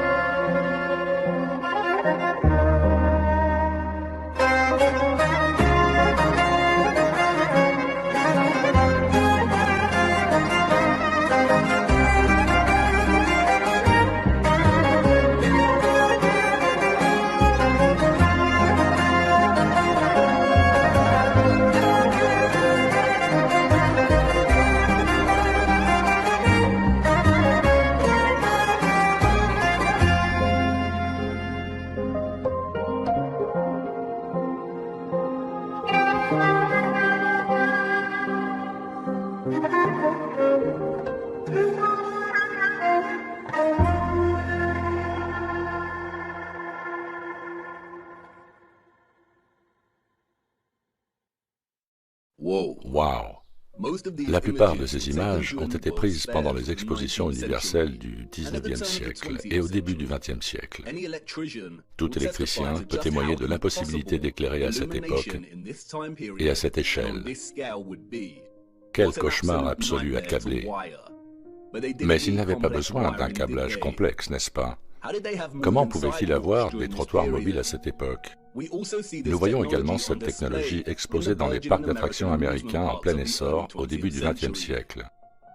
Il y a une raison pour laquelle ils les appelaient les parcs électriques. En fait, la référence à l'électricité peut être trouvée partout parmi les sciences anciennes réutilisées, même dans les endroits les plus improbables. Même dans cette phase de transition de la réinitialisation, ces paysages sont magnifiques, et ce, alors que la plupart des réseaux d'eau sont déjà détruits. Imaginez ce qu'ils ont été capables de réaliser. Tant d'icônes symboliques majeures de notre époque peuvent être retracées jusqu'au Mercure, qui a rendu cet ancien monde technologique électromagnétique possible en premier lieu. Il est intéressant de noter que dans sa lecture d'Opherus ou de Saint Christophe, en tant que porteur du Mercure, Fulcanelli pousse à la limite ses astuces maçonniques de demi-vérité et de tromperie. Il commence à parler de la ceinture d'Opherus telle qu'elle est représentée par Julian de Champagne, dont le tableau d'Opherus est accroché dans le manoir de Jean l'Allemand, ce que Fulcanelli appelle l'une des plus belles et des plus rares résidences philosophiques. Le tableau représente Opherus portant une ceinture brodée de lignes entrecroisées. Il est important de noter qu'aucune des autres célèbres représentations artistiques d'Opherus ne le dépeint portant cette ceinture. Fulcanelli s'exclame que l'artiste a fait encore mieux que les autres. Sous l'inspiration du savant hermétique qui a commandé le tableau, l'artiste a représenté Opherus serré par une large ceinture au niveau de son abdomen. C'est cette ceinture, écrit Fulcanelli, qui donne à Saint Christophe son véritable caractère ésotérique. Écoutez très attentivement ce qu'il affirme ensuite. Selon certains documents conservés dans les archives du manoir l'Allemand, nous savons que Jean l'Allemand appartenait à la confrérie alchimique des Chevaliers de la Table Ronde. Ce que nous allons dire ici ne peut être enseigné. La ceinture d'Opherus est un signe que tous les philosophes reconnaissent comme la marque extérieure qui indique l'extrême pureté intrinsèque de leur substance mercurielle. C'est un signe que le vieil auteur appelle le sceau d'Hermès, l'étoile du Meiji, l'ourson, la constellation dans laquelle se trouve l'étoile polaire. La comparaison de la ceinture d'Opherus et de la constellation de l'ourson par l'étoile polaire, ou ce que l'on appelle Ursa majeure, ou la Grande Ourse, ne donne d'abord aucun aperçu de ce à quoi Fulcanelli fait référence. S'agit-il simplement d'une divagation d'un maçon cryptique fou, ou y a-t-il quelque chose qui nous échappe? Mais si vous commencez à tracer le motif sur la ceinture, un autre motif caché et familier commence à émerger au sein même du motif. Lorsqu'elle est étudiée tout au long de l'année, à chaque saison, la constellation de la Grande Ourse forme également ce motif, le symbole du swastika, un symbole désormais tristement célèbre du mal. Ce que beaucoup ne savent pas, c'est que selon le récit officiel, le swastika était l'un des symboles les plus largement utilisés à travers l'histoire et les différentes cultures. Il s'agit d'un symbole important dans les pays asiatiques représentant l'hindouisme, le jaïnisme et le bouddhisme. Il a été utilisé par les Grecs et les Romains dits anciens, les druides, les Celtes, les Amérindiens, les premiers chrétiens, etc. Nous le voyons dans les mosaïques, les églises rupestres, les bracelets, les rosaces, les croix, les poteries, les vêtements et les drapeaux. Nous le voyons partout à travers le temps et la culture. Il est intéressant de noter que les compagnies d'électricité suédoises et norvégiennes utilisent ce symbole à la fin des années 1800 et au début des années 1900 pour représenter des centrales électriques et des stations hydroélectriques. Ce lien ne peut être une pure coïncidence. La tâche d'effacer la mémoire et l'histoire n'est pas un exploit facile. Elle prend du temps. De tous les symboles, celui-ci est celui que l'ennemi a dû corrompre et diluer le plus par appropriation. Non seulement à cause de son association désormais perdue avec l'électromagnétisme, mais aussi parce que, comme le laisse échapper Fulcanelli, son association originale avec l'implication du mercure dans le réseau électrique de l'Ancien Monde. Comme les serpents en spirale du caducée, il représente un tourbillon que le mercure produit en présence de l'électromagnétisme. Le swastika est le vortex. Il représente également un autre vortex, celui qui se trouve sous l'étoile polaire et la Grande Ourse en son centre. Le même vortex que la NASA a caché à la vue de tous ici sur Terre, étant la représentation des pôles des autres planètes. C'est le même vortex que Mercator et d'autres ont documenté dans des cartes et des écrits. Le tourbillon entourant les Rupes Nigra est situé au pôle Nord. Il est intéressant de noter que les scientifiques ont récemment découvert de grandes réserves naturelles de mercure, une substance dite toxique, au pôle Nord. Ils s'inquiètent de sa fonte et de sa toxicité. Bien sûr qu'ils le sont. Comme l'écrit Kevin Schaefer dans l'article du National Geographic, il s'avère que non seulement il y a du mercure dans le permafrost, mais que l'Arctique est aussi le plus grand réservoir de mercure de la planète. S'agit-il d'une nouvelle moquerie de leur part, ou existe-t-il réellement une grande quantité de mercure dans le Nord? Nous reviendrons sur ce sujet bien plus tard dans notre voyage. Les métaux nobles et leur emplacement original sur la Terre sont très importants, et ce sont les Écritures qui détiennent la réponse. L'Ancien Monde savait. Il connaissait mieux que quiconque la terre sur laquelle il marchait. Il savait que les métaux alchimiques, l'or, le fer, le cuivre, le mercure, etc., pouvaient être fusionnés de manière à leur permettre d'accéder à l'énergie électromagnétique éthérée. Il savait qu'Ophérusse, le mercure alchimique, pouvait élever le Christ, l'or alchimique, et le porter vers les masses. Ce n'est pas une coïncidence si le chemin qu'Ophérusse a emprunté pour transporter le Christ traversait une rivière, traversait l'eau. La légende d'Ophérusse est une représentation symbolique et métaphorique du système énergétique de l'Ancien Monde. Vous avez une question et j'ai l'impression de savoir ce que vous allez dire. Vous voulez poser des questions sur les cartes Mercator et autres.